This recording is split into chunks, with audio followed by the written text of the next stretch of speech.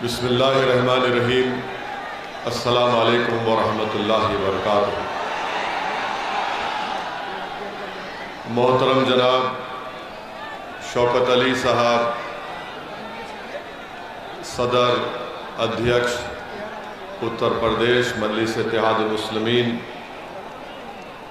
मेरे भाई वो मजलिस इत्तेहादुल मुस्लिमीन के प्रत्याशी मुबारकपुर विधानसभा मोहतरम जनाब शालम गुड्डू जमाली साहब,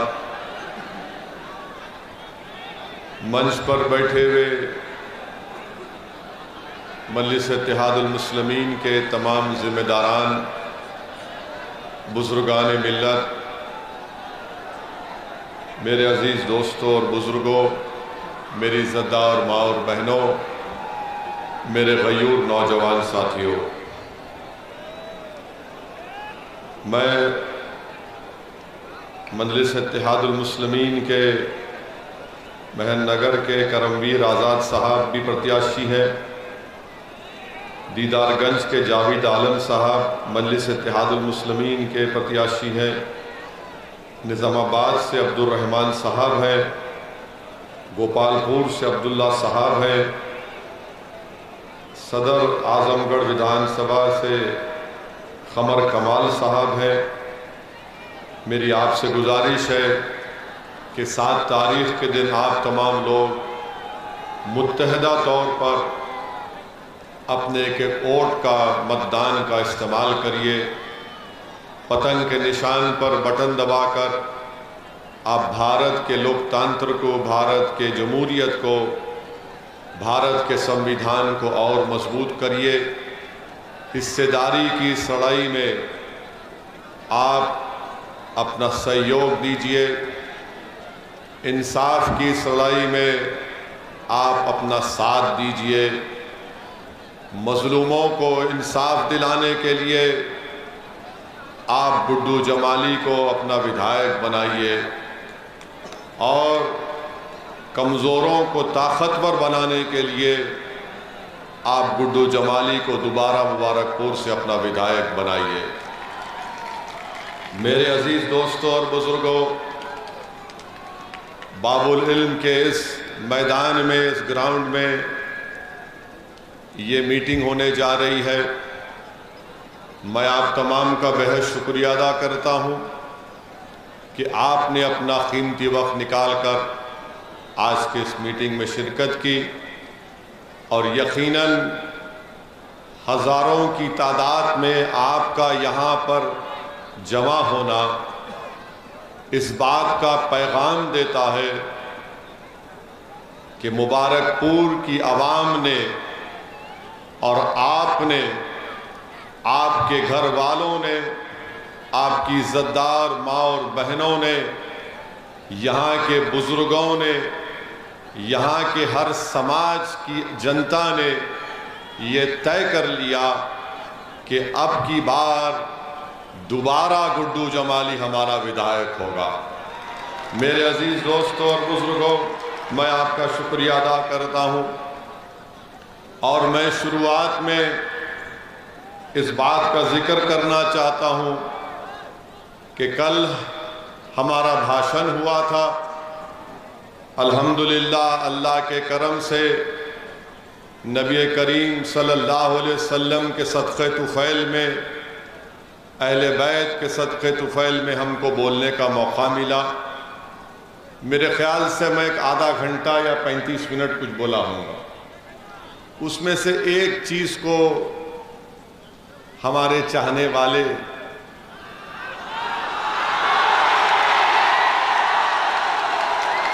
अगर मैं बुरा ना मानूं तो बोलूंगा, लगता है कि मेरे ससुराल वाले हैं।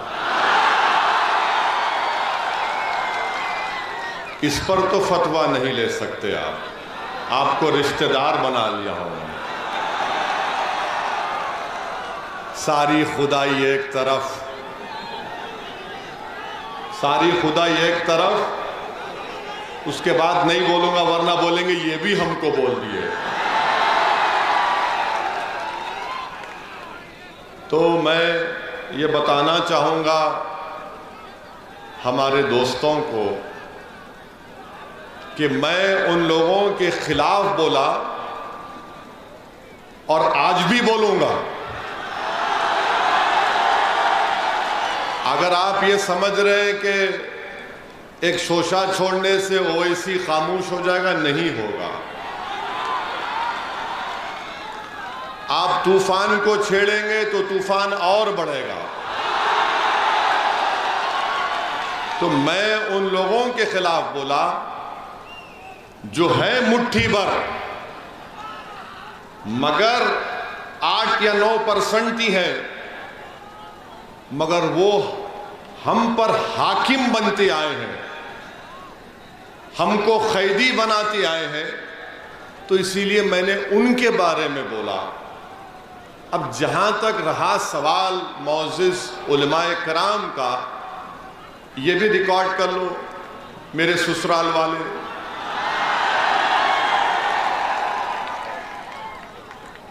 घर एक ही है,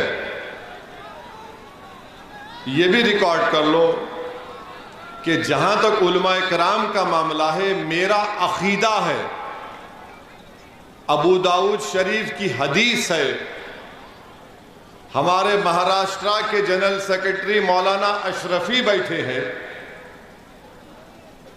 जामिअतुल अशरफिया के यहीं से पढ़े लिखे हैं। अबू दाऊद की हदीस है कि उलेमा अंबिया के वारिसीन हैं, उलेमा अंबिया के वारिसीन हैं। ये मेरा अकीदा है। और शायद इनको नहीं मालूम, इनके इल्म में इजाफा कर देता हूं ये 8-9% लोगों के बारे में कि फिक़्ह की किताब है हिदाया। सही कह रहा हूं, दोनों आलिम हैं। फिक़्ह की किताब है हिदाया।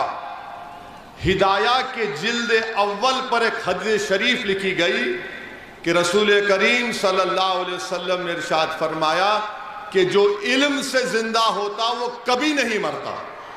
सही है। मैं तो जाहिल हूं, I am a thumbs up. ये बड़े अक्लमंद है, ये बहुत होशियार है, चालाक है। तो फिक़्ह की किताब हिदाया में लिखा गया कि जो इल्म से जिंदा होता वो कभी नहीं मरता। तो इसीलिए इमाम आजम अबू हनीफा नहीं है मगर जिंदा है, इमाम शाफई रहमतुल्लाह अलैह नहीं है, जिंदा है, इमाम अहमद बिन हम्बल नहीं है मगर जिंदा है, इमाम मालिक नहीं है मगर जिंदा है, हाफिज मिल्लत नहीं है मगर जिंदा है। क्यों जिंदा है? अपने इल्म की वजह से। और असदुद्दीन ओवैसी इन तमाम उलेमाओं के, इन तमाम आइम्मा के पैरों की धूल या खाक भी नहीं है।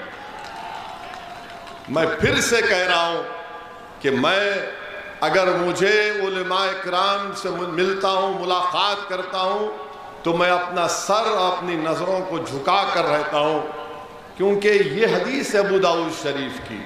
तो मैं उन लोगों को ये बता रहा हूं कि प्यारे ससुराली रिश्तेदार, एहतियात करो। तुमको असदुद्दीन ओवैसी जैसे आदमी की जबान से मुकाबला करने वाला नहीं मिला होगा, रुक जाओ। और अगर और भी कुछ बोलना है तो फिर कल भी जलसा, फिर जवाब दूंगा मैं। और फिर 5 तारीख को भी आऊंगा मैं, 5 को भी आ रहे हैं।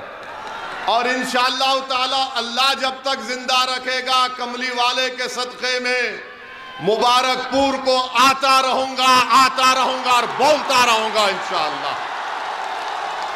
कोई माइका लाल मेरी जबान को नहीं रोक पाएगा इंशाअल्लाह ताला।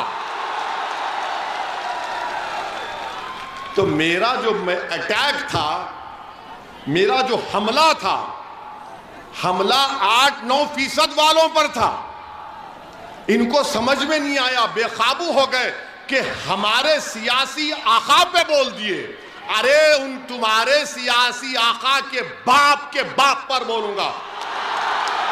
क्यों बोलूंगा? भारत का संविधान है, भारत का संविधान जिसको बाबा साहिब अंबेडकर ने बनाया, फ्रीडम ऑफ एक्सप्रेशन, आजादी इज़हार ख्याल एक बुनियादी हक है। मैं बोलूंगा और बोलता रहूंगा।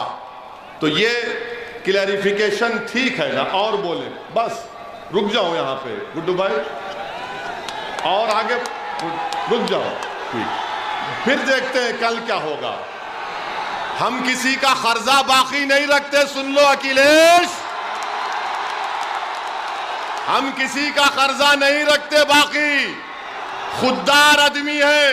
अगर तुम कर्जा बाकी रखोगे जवाब मिल जाएगा। तीसरी बात ये, हाँ है, बैठ जाइए, बैठ जाइए, पूरे बैठ जाइए, बैठ जाइए, बैठ जाइए, पूरे बैठ। कोई नहीं आएगा तुम्हारे मेरे बीच में इंशाअल्लाह ताला। मैं तुमसे मोहब्बत करता हूं, तुम मुझसे मोहब्बत करते हो, और हम सब रसूलुल्लाह सल्लल्लाहु अलैहि वसल्लम के गुलामों के गुलाम हैं, और हम सब आशिक़े नबी भी हैं। दिख रहा हो? हैप्पी, खुश, वाह। देखते रहो प्यारे, खाली हम देखने की चीज नहीं है, सुन के वोट डालना गुड्डू भाई को। डालेंगे ना? पतंग पे दबाएंगे ना? हाँ। चलिए, अब तीसरी बात जो हम बोलना चाह रहे थे आपको। अच्छा, अच्छी बात। गुड्डू भाई बोल रहे आज ज्यादा बोलो। अब ज्यादा बोलेंगे तो हमारे ससुराली लोग काम पे लग जाएंगे। सारी खुदाई एक तरफ, नहीं वो नहीं बोलते तो बात। हम तीसरा पॉइंट आपको ये बोलना चाह रहे थे कि जिन लोगों को नाराजगी हुई, थोड़ा परेशान हो गए, हम उनको बताना चाह रहे हैं कि हमने अभी आपके सामने जिक्र किया कि ये उलेमा कराम है, ये इमाम है, मगर याद रखिए दुनिया जब तक कायम रहेगी हक और बातिल में हमेशा टकराव होगा। हक और बातिल में हमेशा टकराव होगा। हक के गलबे के लिए ईसार और कुर्बानी देना पड़ता है, और बातिल हमेशा कोशिश करता ताकत के बलबूते पर। बातिल ये समझता है कि मेरे पास ताकत है, इख्तिदार है, मेरे पास दौलत है, मेरे पास फुला है, मगर हक के पास ताकत सिर्फ सच्चाई होती है, और सच्चाई हमेशा गालिब आती है। जैसा कि इन लोगों को समझाने के लिए, जो 8-9% है, उनको समझाने के लिए कि मूसा अलैहिस्सलाम है, फिरौन का दरबार है, फिरौन का दरबार है, मूसा है, फिरौन के दरबार में जादूगर जादू करता है, जादूगर जादू करता है। तो मूसा अलैहिस्सलाम ने अपना आसा फेंका तो जादूगरों का जादू खत्म हो गया। फिरौन समझा कि पानी में डूब जाएंगे, अल्लाह ने कहा तू डूबेगा, वो डूब गया। यजीद के पास ताकत थी, फौज थी, हाकिम था, समझता था कि लाखों का लश्कर इमाम हुसैन और अहले बैत को खत्म कर देगा, मगर करबला का मैदान, उसके रेगजारों से आज भी आवाज आ रही है। उस दरियाए दजल्ला का किनारा जो अहले बैत के खून से लाल हुआ, वो आज भी तुमको पुकार कर कह रहा है, सुनो मुबारकपुर की आवाम, अगर तुम हक को कामयाब करना चाहते हो तो हुसैनियत के परचम को बुलंद कर दो। मुबारकपुर में हुसैनियत के परचम को बुलंद कर दो। यजीद मुर्दा था, मुर्दा रहेगा। हुसैन जिंदा थे, है और सुबह क़यामत तक जिंदा रहेंगे। तो ये झगड़ा जो है हक और बातिल का है। अब अगर कोई वक्त के फिरौन को उसकी चापलूसी करता है तो उसको फिरौन की जमात का बोलेंगे।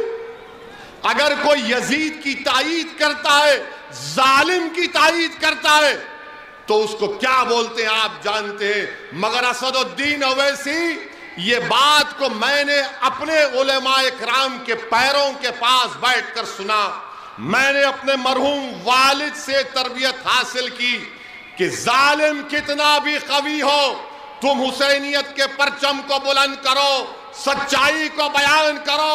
और जैसा ज़ैनुल आबिदीन ने यजीद के दरबार में सच्चाई को बयान किया, असदुद्दीन ओवैसी उसी ज़ैनुल आबिदीन के सदक़े और तुफ़ैल में अल्लाह ने मौका दिया कि बातिलों के सामने हक को बयान करेंगे और बयान करते जाएंगे इंशाअल्लाह ताला। मेरे अजीज दोस्तों, बुजुर्गों, अरे जम के लगाओ।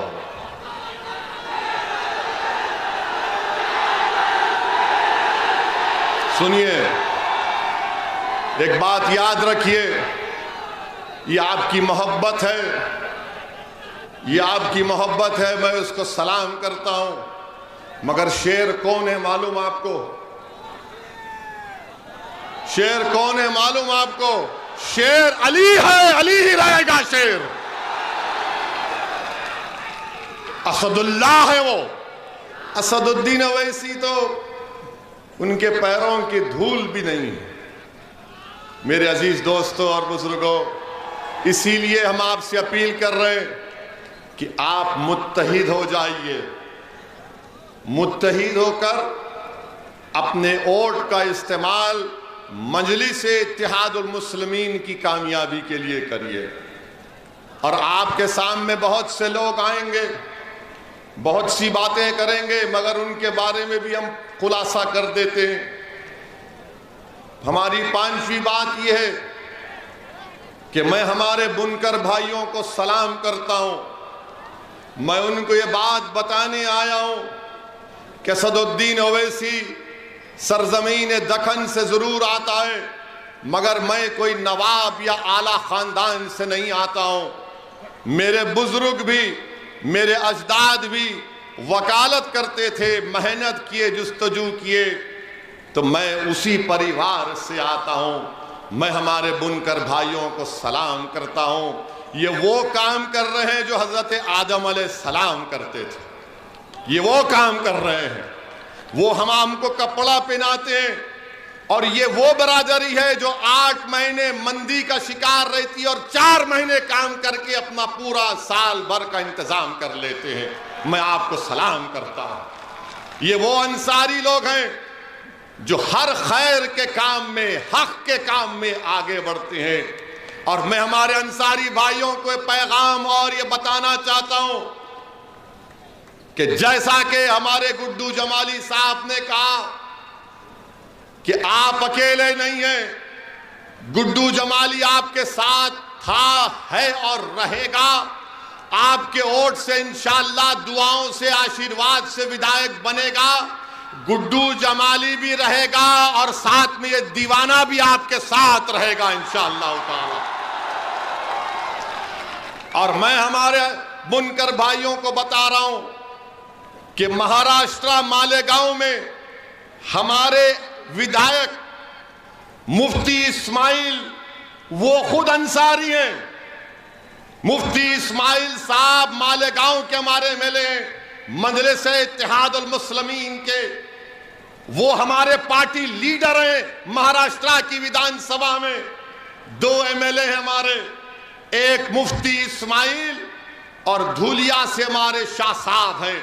हमने मुफ्ती इस्माइल साहब को अपना पार्टी का लीडर बनाया महाराष्ट्र की विधानसभा के लिए।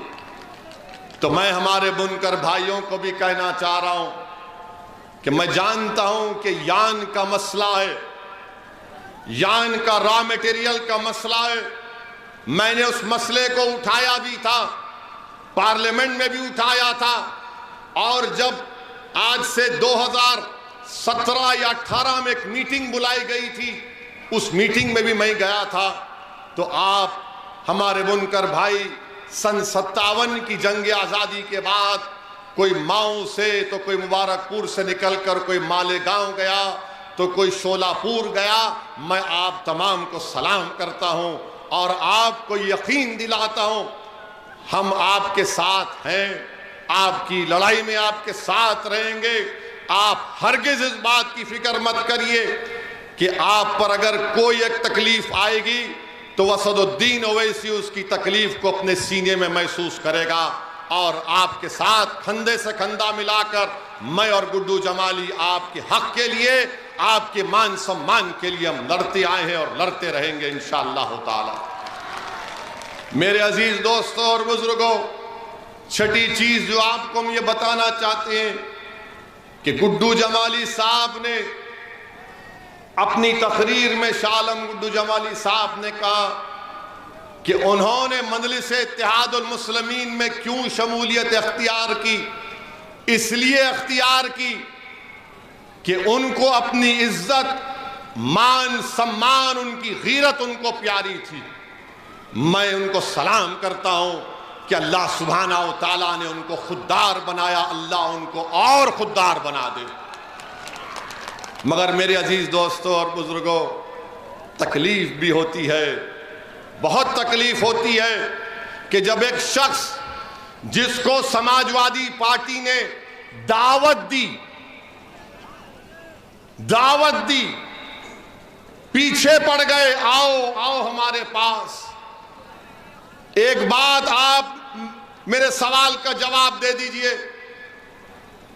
अगर मैं कल आपके घर पे आ जाऊं, आपकी चौखट पर आ जाऊं और आपसे कहूं कि मैं आपसे हाथ फैलाकर अपील कर रहा हूं कि आप गुड्डू जमाली को वोट दे दोगे, तो अगर आप अपने घर में मुझे बुलाकर बिठाकर पानी पिलाते और कहते हैं कि जाओ ओवैसी, हम तुमको वादा करते हैं कि हम तुमको वोट देंगे।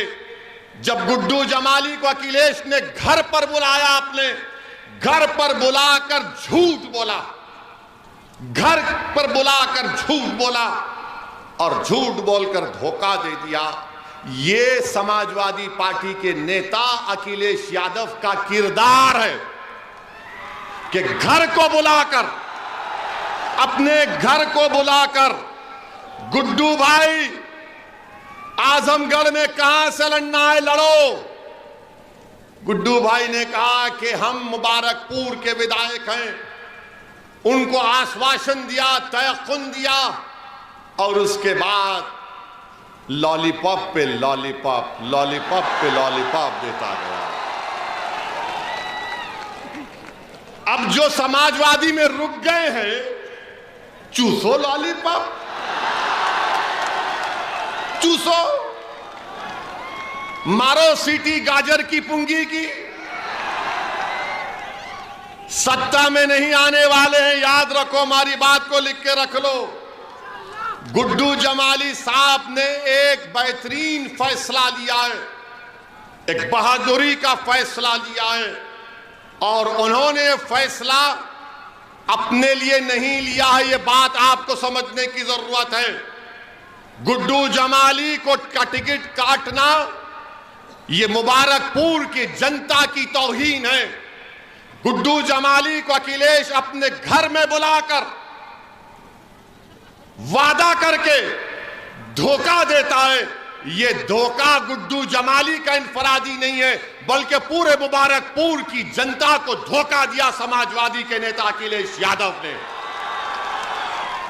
अरे अगर कोई दुश्मन घर को आ जाता है तो आप नरम पड़ जाते हैं। जब तुम दावत देकर बुलाते हो और उसके बाद तुम गुड्डू जमाली के पीठ में खंजर मारते हो, ये अखिलेश यादव का असली चेहरा है, इसको याद रखो आप। ये इनका असली चेहरा है। जो विधायक है 10 साल का, अभी सत्ता में नहीं है, ना आएंगे इंशाअल्लाह, मगर अहंकार इतना है कि घर पर बुलाकर आप जहर का प्याला उसको पिलाने की कोशिश करते हैं। मेरे अजीज दोस्तों और बुजुर्गों, ये अखिलेश, जनाब अखिलेश यादव साहब, वरना फिर ससुराली नाराज हो जाएंगे। जनाब अखिलेश यादव मोहतरम भी है। अब इससे आगे बहुत बोल सकता हूं, इंतजार करूंगा आज की रात का। कल कहां पर है गुड्डू भाई जलसा?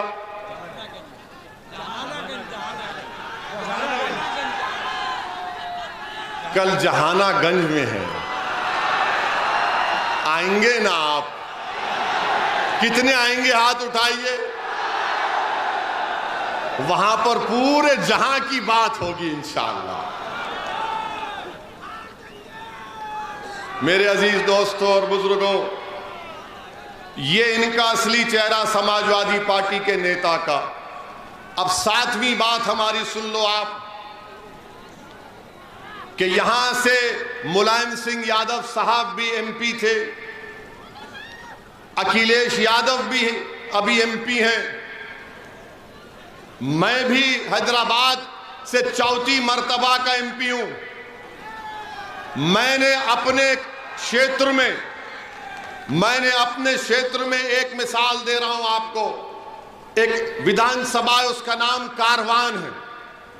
कारवान विधानसभा में मैंने अपने एमपी लैड के पैसों से 10 करोड़ की बच्चियों के लिए एक डिग्री और इंटर कॉलेज की बिल्डिंग बनाई मैंने, जिसमें हमारी बेटियां हिजाब भी पहनती, नहीं भी पहनती, एक आलीशान बिल्डिंग मैंने बनाई। मैं अखिलेश यादव से, समाजवादी के लोगों से पूछना चाह रहा हूं, तुमने अपने एमपी लैड के पैसे कैसे इस्तेमाल किए आजमगढ़ में? बताओ मेरे को, कहां इस्तेमाल हुए? बताओ हमको, कहां इस्तेमाल किए? बताओ आप। अब आपको और एक मिसाल दे रहे हैं। अब ये हमने सुना कि गुड्डू भाई के बारे में बोल रहे हैं कि अगर ये एक जीत जाएंगे तो क्या होगा, एक जीत जाएंगे तो क्या होगा। किसने कहा तुमसे एक जीत रहे हैं? हमारे तो बहुत जीत रहे हैं और तुम्हारे तो बहुत हारेंगे इंशाअल्लाह। हम तो बहुत जीतने वाले हैं। अब ये सफर कामयाबी का शुरू हुआ है अखिलेश यादव साहब। ये सिर्फ 22 का विधानसभा पे खत्म नहीं होगा, 24 भी आएगा, 27 भी आएगा, 29 भी आएगा। जब तक ओवैसी जवान रहेगा मैं आता रहूंगा, और ओवैसी बुढ़ा कभी नहीं होगा इंशाअल्लाह ताला। I am young, I will always be young. दाढ़ी वाइट है, दाढ़ी वाइट पे गलत फैसला नहीं कर लेना। ये धूप में हो गई। मेरी अम्मा ऐसी ही बोलती कि मेरा बेटा कितना अच्छा है। अम्मा बोलती धूप में फिर फिर के इसकी दाढ़ी वाइट हो गई। तो हम ये बता रहे थे आपको कि एक काम बता दो आप हमने जो हैदराबाद में किया देख लो। आप इंटरनेट पे जाइए, हजरत गूगल पर जाकर लिखिए हैदराबाद पार्लियामेंट कॉन्स्टिट्यूएंसी, मालूम हो जाएगा, पूरा शिजरा निकलता उसमें।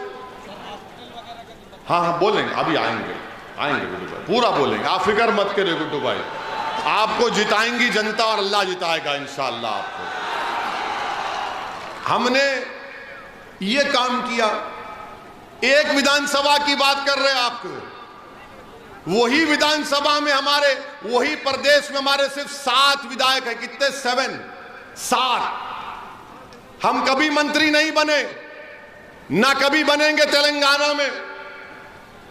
वहां पर हमने, वहां की सरकार, हमारे मुख्यमंत्री चंद्रशेखर राव साहब अच्छा आदमी है, अच्छा आदमी है, अखिलेश की तरह बेवफा नहीं है। उनके साथ हम बैठे। कब बैठे? 2015 में मैं और हमारे भाई अकबर बैठे और चंद्रशेखर राव साहब से कहा कि आप अल्पसंख्यक समाज मुसलमानों के लिए क्या कर सकते। तो चंद्रशेखर राव साहब ने कहा कि बोलो सद भाई क्या करना।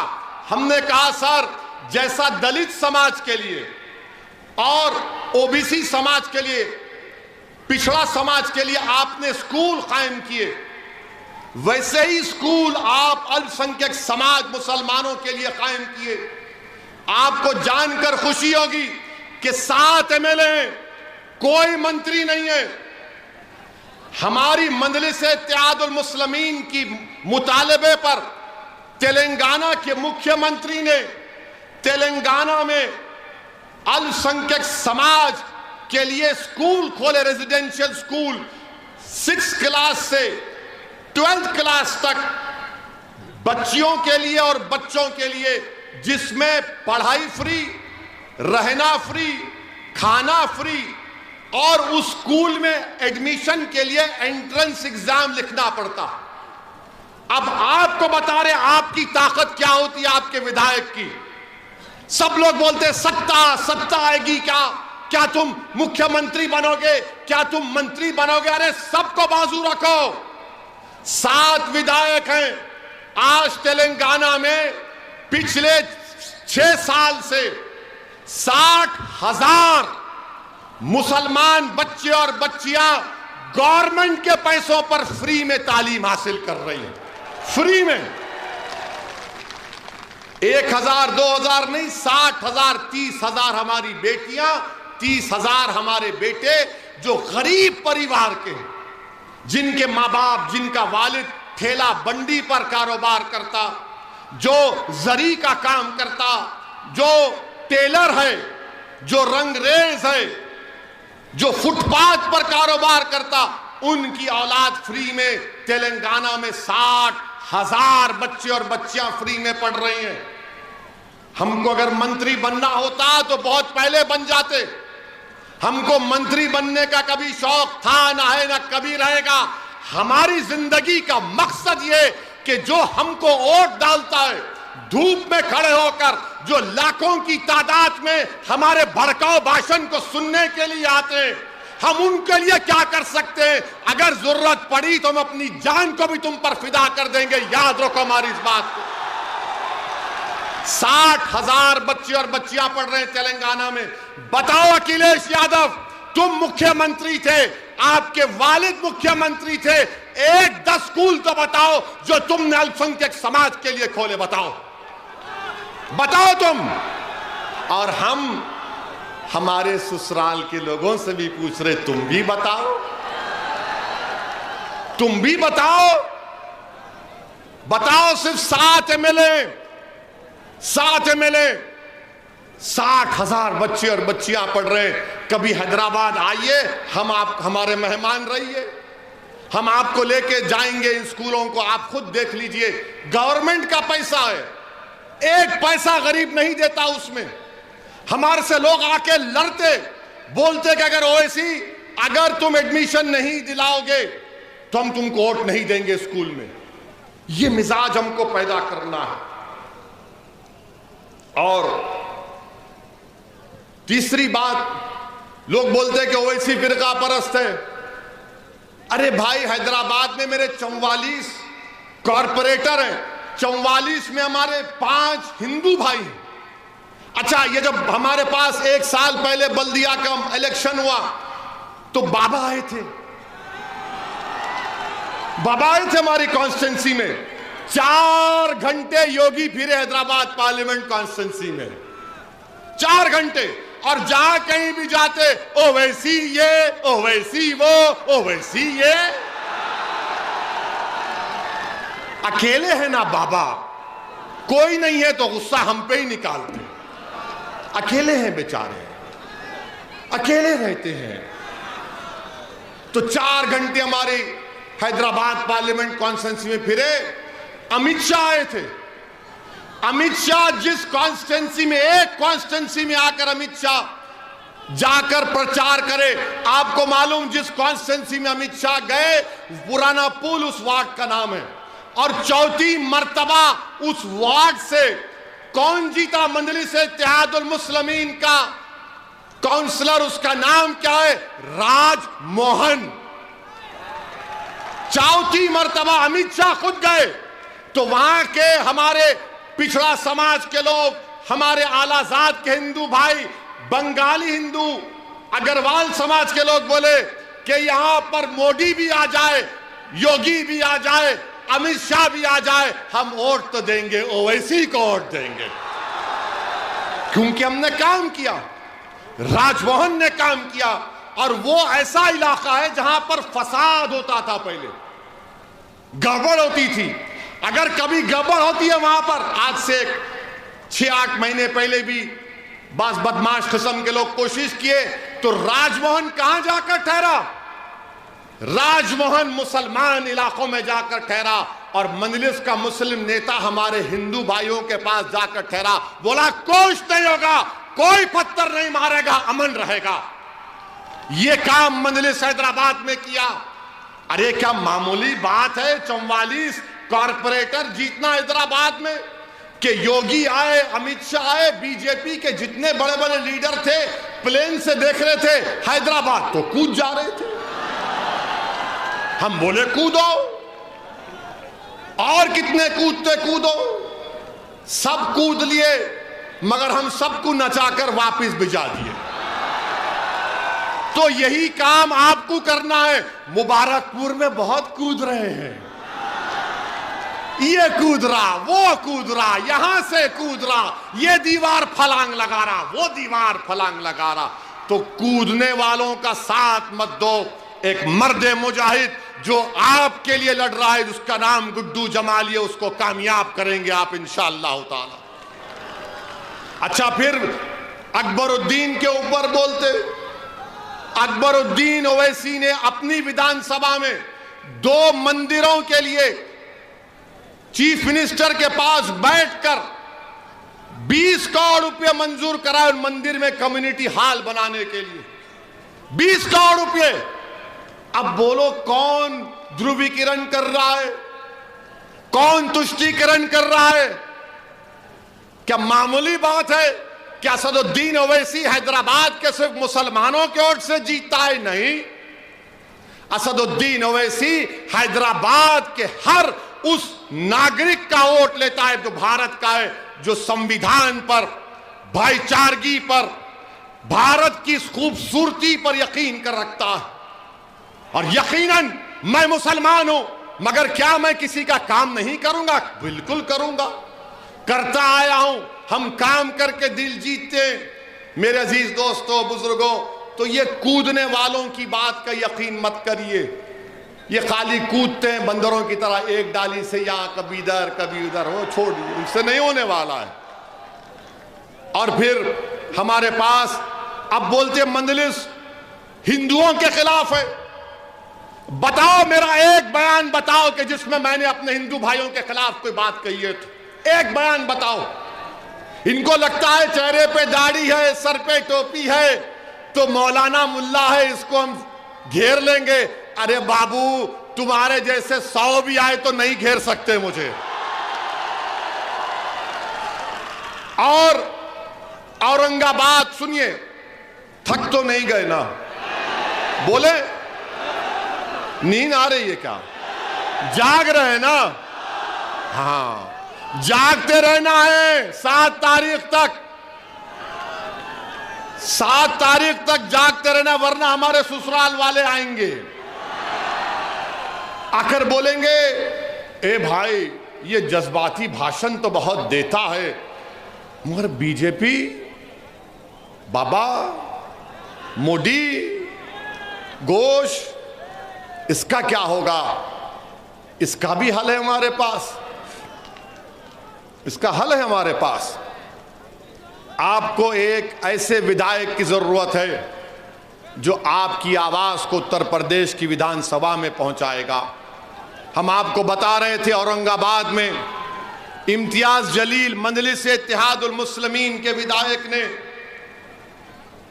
21 साल के भाजपा और शिवसेना के सांसद को हराया। क्या कांग्रेस ने हराया? क्या समाजवादी पार्टी ने हराया महाराष्ट्र की? क्या राष्ट्रवादी कांग्रेस ने हराया? औरंगाबाद की जनता ने। मैं औरंगाबाद की जनता को बाबुल इल्म ग्राउंड आजमगढ़ मुबारकपुर से अपना सलाम पेश करता हूं कि तमाम दलितों ने, तमाम हमारे हिंदू भाइयों ने, मुसलमानों ने मिलकर कहा कि शिवसेना बीजेपी नहीं अब के इम्तियाज जलील को कामयाब करेंगे, और इम्तियाज जलील एमपी बन गया। आप देखिए ये काम मजलिस ने किया, मगर हम पर ही इल्जाम। और फिर तीसरी बात ये कि बोलते मजलिस ने क्या किया। मेरे अजीज दोस्तों और बुजुर्गों, मजलिस इत्तेहादुल मुस्लिमीन ने 1984 में 40-45 साल पहले एक मेडिकल कॉलेज खोला अल्पसंख्यक समाज के लिए, जो बाबा साहिब अंबेडकर का संविधान में आर्टिकल 30 है, 30 का हवाला देकर हमारे पास जब 5 एमएलए थे, 5 एमएलए थे, एनटी रामाराव को हटाया गया, भास्कर राव सीएम बने, आकर हमारे मरहूम वालिद से कहा कि सलाहुद्दीन ओवैसी साथ दो, तुम जो चाहे मैं करूंगा। मैं उस गुफ्तगू में छोटा सा था, बैठा हुआ था।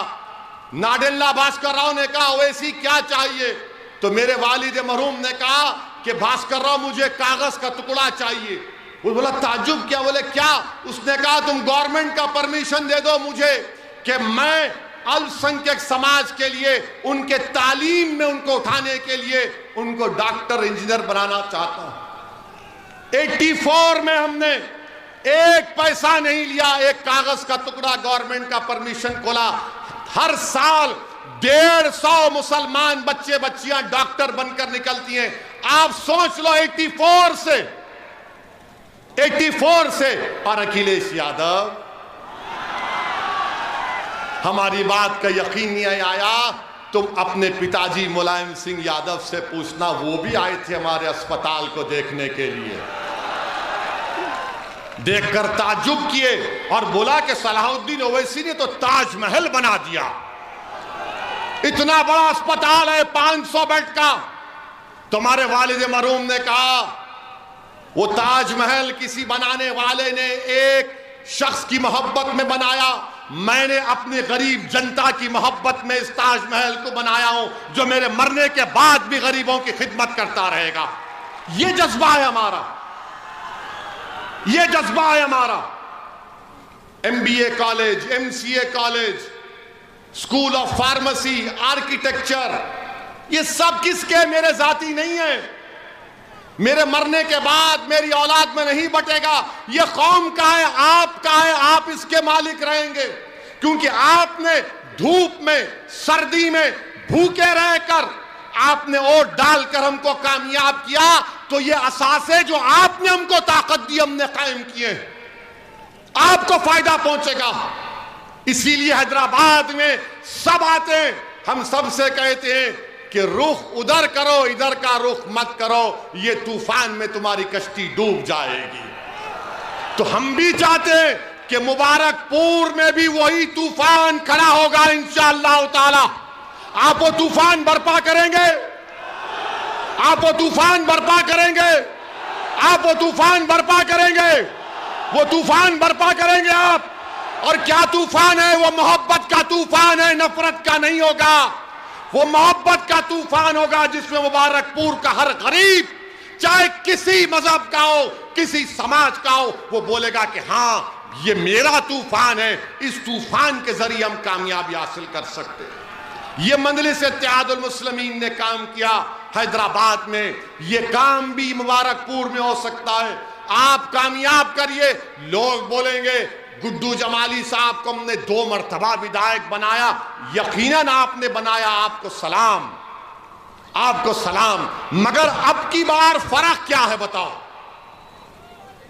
फर्क क्या है बताओ? अब की बार, अब की बार फर्क क्या है बताओ?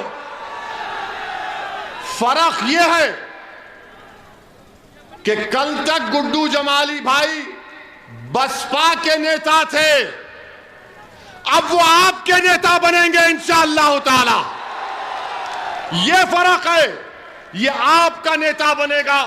कोई बात नहीं, लाइट हम पर है, हम अपना सेल फोन खोलो, लाइट चालू करो, जुगनू जगाओ, मुबारकपुर में एक उम्मीद की हाय हाय हाय, क्या समय है।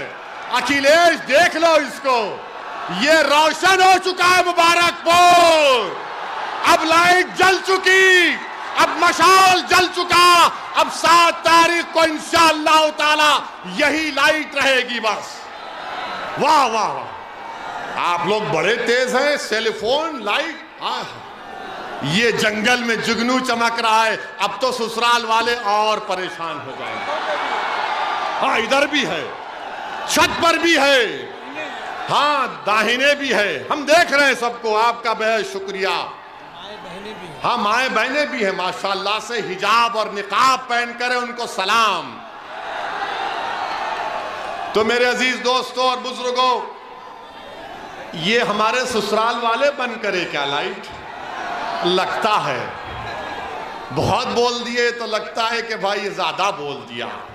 बहरहाल मेरे अजीज दोस्तों और बुजुर्गों, आपसे अपील है, अभी थोड़ा आगे देखिए, नाम लिए तो आ गई लाइट, आगे आगे आगे आगे आएगी। मेरे अजीज दोस्तों और बुजुर्गों, समाजवादी पार्टी क्या बीजेपी को हरा सकती? नहीं हरा सकती बीजेपी को समाजवादी पार्टी। आपने 2019 में बहन मायावती को और अखिलेश यादव को वोट दिया नहीं दिया? दिया था ना आपने। पूरे उत्तर प्रदेश में आपने दिया, मगर सिर्फ 15 सीट पर ये लोग कामयाबी क्यों हासिल किए? मेरे अजीज दोस्तों और बुजुर्गों, हम आपसे अपील कर रहे हैं कि मुत्तहिद रहिए, अपने एक एक वोट को जाय होने से बचाइए। आपसे हम अपील कर रहे हैं, ये लड़ाई आपकी लड़ाई है, ये लड़ाई आपको नेता बनाने की लड़ाई है, ये लड़ाई फिरका परस्ती को रोकने की लड़ाई है, ये लड़ाई नफरत को खत्म करने की लड़ाई है, ये लड़ाई मोहब्बत को आम करने की लड़ाई है, ये लड़ाई मुबारकपुर के बच्चे और बच्चियों को शिक्षा दिलाने की लड़ाई है, ये लड़ाई मुबारकपुर में विकास को पैदा करने की लड़ाई है, ये लड़ाई आपकी आवाज को उत्तर प्रदेश के विधानसभा में भिजाने की लड़ाई है। इस आवाज को आपको पहुंचाना है मेरे भाइयों, मेरी इज्जतदार मां और बहनों। सपा बीजेपी को नहीं रोक पाएगी। हम पार्लियामेंट में देख चुके हैं कि 2019 में अमित शाह ने अनलॉफुल एक्टिविटीज प्रिवेंशन एक्ट का कानून लाए थे। वो कानून ये कहता है कि दिल्ली में एनआईए का इंस्पेक्टर बैठकर किसी शख्स का नाम अगर गुड्डू जमाली होगा तो उसको टेररिस्ट घोषित कर दिया जाएगा बगैर कोर्ट के फैसले के। क्या समाजवादी पार्टी ने अमित शाह के हक में वोट नहीं दिया? क्या बसपा ने वोट नहीं दिया? क्या कांग्रेस ने वोट नहीं दिया? तो जो अमित शाह का हाथ पकड़ लिया, जो अमित शाह से बगलगीर हो गए, हम पर उंगली उतारे, तुम तो बीजेपी का साथ दिए पार्लियामेंट में, बताओ वो कैसे आपके वोट के हकदार हो सकते हैं? सुनो ससुराल वालों, ये भी रिकॉर्ड करके सुनाना तुम्हारे भैया को। अभी तो शुरू करे हैं। यूएपीए का कानून बना तो समाजवादी कांग्रेस और बसपा की ताईद से बना, और उसी कानून के तहत कई नौजवान बच्चे, आदिवासी, दलित जेल में अपनी जवानी को बर्बाद कर रहे हैं, 3-3 साल से जेल में। मेरे अजीज दोस्तों बुजुर्गों, समाजवादी पार्टी का मतलब क्या है कि आप हमको सत्ता दे दो, हमारे कैदी बनकर रहो, दरी बिछाओ, भैया तुझ पे जवानी कुर्बान के नारे लगाओ, जब चुनाव आएगा तो हम तुमको हड्डियां फेंकेंगे, तुम वो लेकर खुश हो जाना। मैं अब इस चीज को बर्दाश्त नहीं कर सकता। हम बराबरी चाहते हैं, हम बराबरी चाहते हैं, बराबरी चाहते नहीं चाहते? क्या आप मान सम्मान नहीं चाहते? क्या आप वो नहीं चाहते जो अखिलेश यादव के पास हो? क्या आप वो नहीं चाहते जो अखिलेश यादव के पास हो? बताइए मेरे को, क्या आप अखिलेश यादव से कम है? क्या आप अखिलेश यादव से कम है? क्या आप उसके बराबर हैं? तो जब बराबर है तो दिखाओ बराबरी। बराबरी कैसे दिखाओगे? जब 7 तारीख को हमारी मां और बहनें, हमारे बुजुर्ग और ये जो नौजवान जज्बाती हैं गुड्डू भाई को कामयाब करके बोलेंगे, सुन लो अखिलेश, अब तुम और हम बराबर हो चुके हो, तुम हमसे आगे नहीं, हम बराबर हो चुके हैं। ये बराबरी की लड़ाई में आप साथ देंगे? ये बराबरी की लड़ाई में आप साथ देंगे? हाथ उठाओ, कितने साथ देंगे बराबरी की लड़ाई में? देखो, आपने हाथ उठा लिया, अब बराबरी की बात होगी, हिस्सेदारी की बात होगी, अब दरी बिछाने की बात नहीं होगी, नहीं होगी। और फिर समाजवादी पार्टी के नेता अखिलेश यादव से पूछा गया, जो आपके एमपी हैं, उनसे मीडिया के लोगों ने पूछा, बताइए हिजाब और निकाब पर आपका क्या बोलना है? हिजाब और निकाब पर क्या बोलना है? मुबारकपुर है, जामिअतुल अशरफिया है, बाबुल इल्म है, अहियाल उलूम है। अब मैं उनके जिम्मेदारों पर छोड़ता हूं। अखिलेश से पूछा गया, हिजाब और निकाब के बारे में बोलो, तो अखिलेश यादव ने, जिसको आपने अपने वोट से उसको यहां का सांसद बनाया, उन्होंने कहा, मुझे सुनाई नहीं दे रहा है, मुझे सुनाई नहीं दे रहा है। जब मीडिया के लोगों ने पूछा, बताओ मुस्लिम वोट, बोले वो क्या है? हम अखिलेश यादव साहब को मुबारकपुर से, आजमगढ़ से हम कह रहे हैं, अखिलेश यादव और समाजवादी पार्टी वालों, जो तुमने नहीं सुना, जो तुमने अपने कानों में उंगलियां लगा ली, वो ओवैसी सुन लिया और ओवैसी पुकार रहा है कि जब तक दुनिया बाकी रहेगी हम टोपी पहनेंगे, हिजाब पहनेंगे, नकाब पहनेंगे, दाढ़ी छोड़ेंगे, कोई भाई का लाल हमको नहीं रोक सकता। इंशाअल्लाह ताला कोई भाई का लाल नहीं रोक सकता। अब भैया नहीं बोले, मगर अब आएंगे मुबारकपुर, ससुराल वालों के साथ आएंगे, आकर बोलेंगे, वोट दो। किसको दें? जब तुम्हारे मुंह से नाइंसाफी की आवाज नहीं निकलती, किसको वोट दें?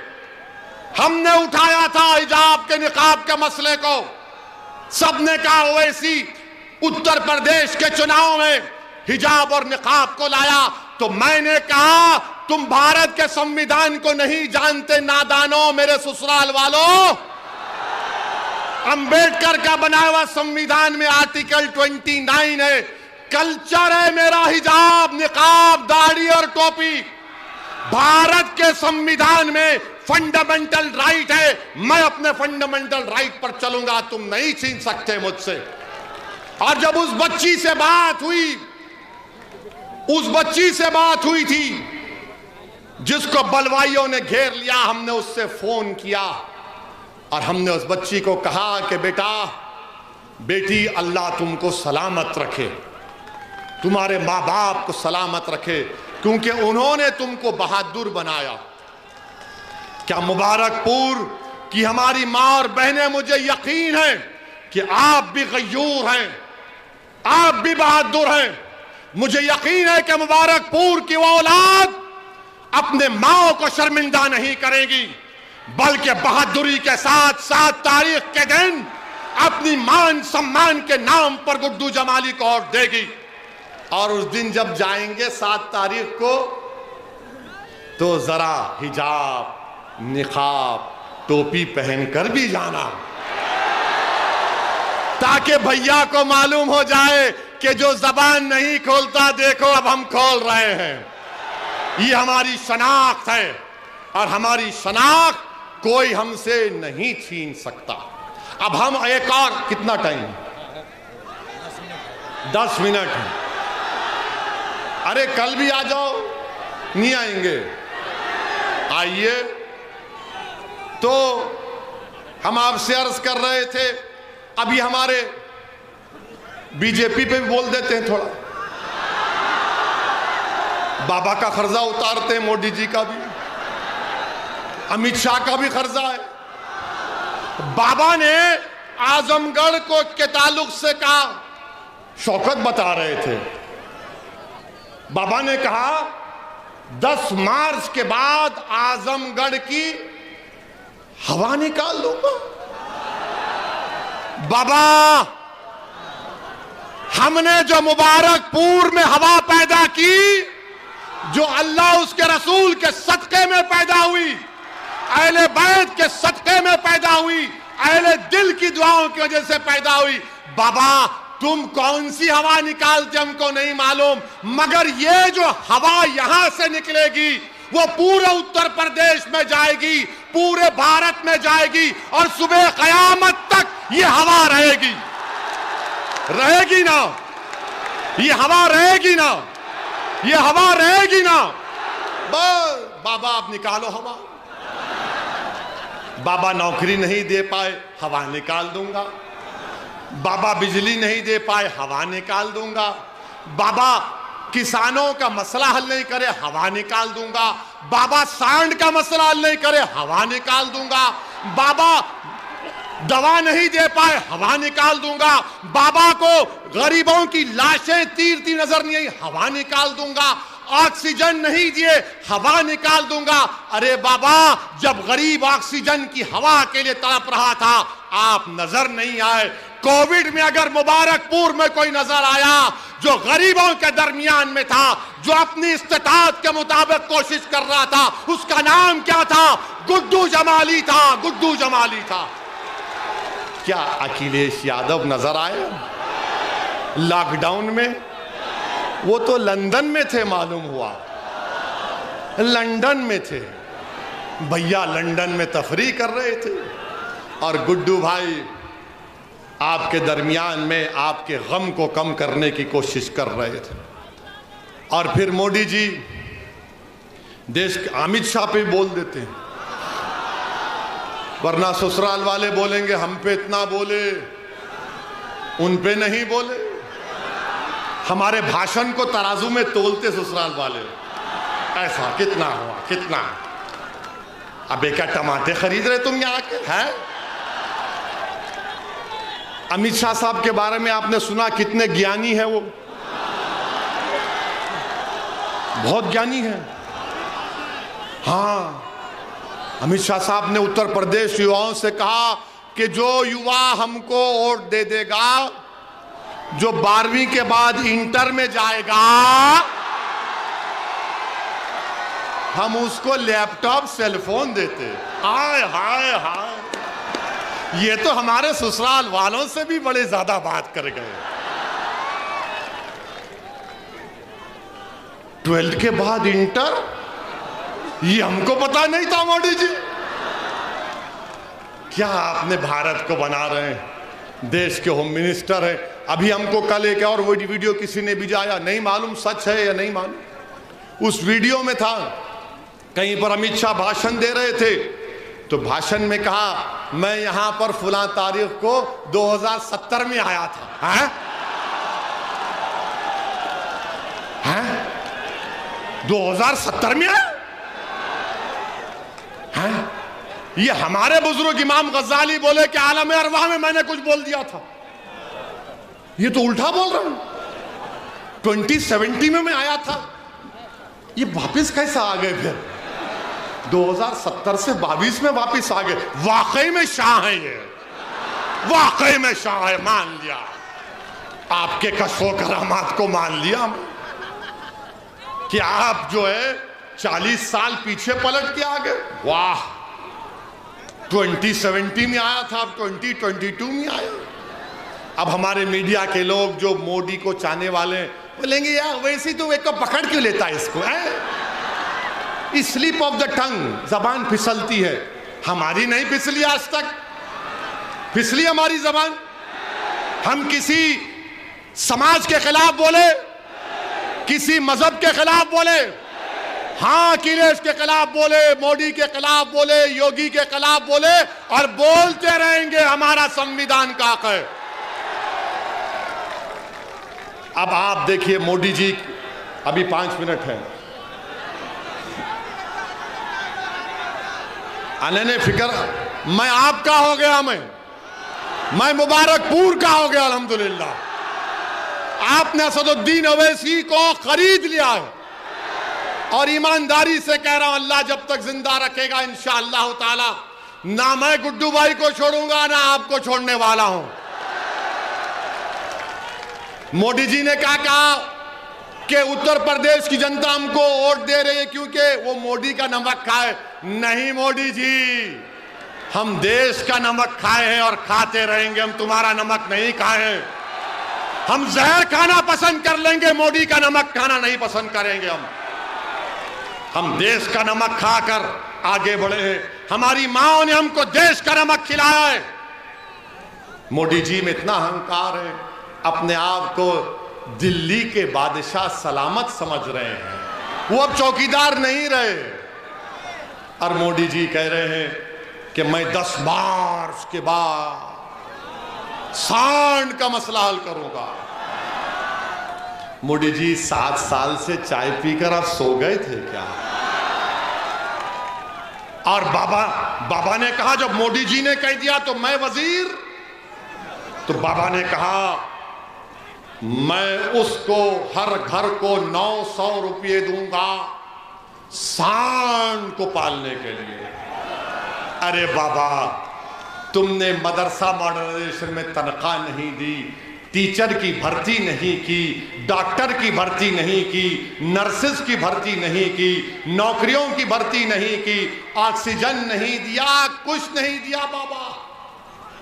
मगर आपको मालूम कि उत्तर प्रदेश में जो विकलांग होते हैं, विकलांग, उनको उत्तर प्रदेश की सरकार में महाना पेंशन 1000 रुपये मिलता है। मैं मुबारकपुर की जनता से अपील कर रहा हूं, ये बीजेपी अगर 4 टांग के सांड को 900 रुपये दे रही है और एक विकलांग, किसी का बाप, किसी का भाई, किसी की पत्नी, किसी की बेटी होगी, उसको 1000 रुपये दे रहे हैं। मेरे अजीज दोस्तों और बुजुर्गों, ये फैसला आपको करना है। हम आपसे अपील कर रहे हैं कि शायद हमारी तकरीर से आपके दिल मुतासिर नहीं हुए होंगे, हमको यकीन है कि अल्लाह दिलों को मोड़ने वाला है। बस हमने जो पैगाम दिया उस पर सोचिए, जो पैगाम हमने आपको दिया उस पर सोचिए, और याद रखिए आपको नेता बना रहे हैं। आप 7 तारीख को आप अखिलेश को नेता नहीं बनाएंगे, आप गुड्डू जमाली को अपना नेता बनाएंगे इंशाअल्लाह ताला। आप बनाएंगे गुड्डू जमाली को अपना नेता, गुड्डू जमाली के हक में वोट डालेंगे पतंग के निशान पर, हाथ उठाकर बताइए। और अगर हमारे ससुराल के लोग आकर डराएंगे तो उस कर्नाटका की बच्ची ने क्या नारा लगाया था जब बलवाई घेर लिए, तो जोर से लगाओ नारा, दिल खोल के बोलो, झूम कर बोलो, पूरा मुबारकपुर बोले। ये बात हुई। मेरे अजीज दोस्तों बुजुर्गों, अब हम आपसे रुखसत लेते हैं, कल फिर मिलेंगे। आप आएंगे तो एक और भड़काऊ भाषण होगा और ससुराल वाले कुछ बोलेंगे तो उनका भी जवाब होगा। मैं हमारी माँ और बहनों का बेहद शुक्रिया अदा करता हूं, बुजुर्गों का। 7 तारीख के दिन पतंग के निशान पर बटन दबाइए और हमारे साथ जरा पतंग खींचिए। सलाम वालेकुम।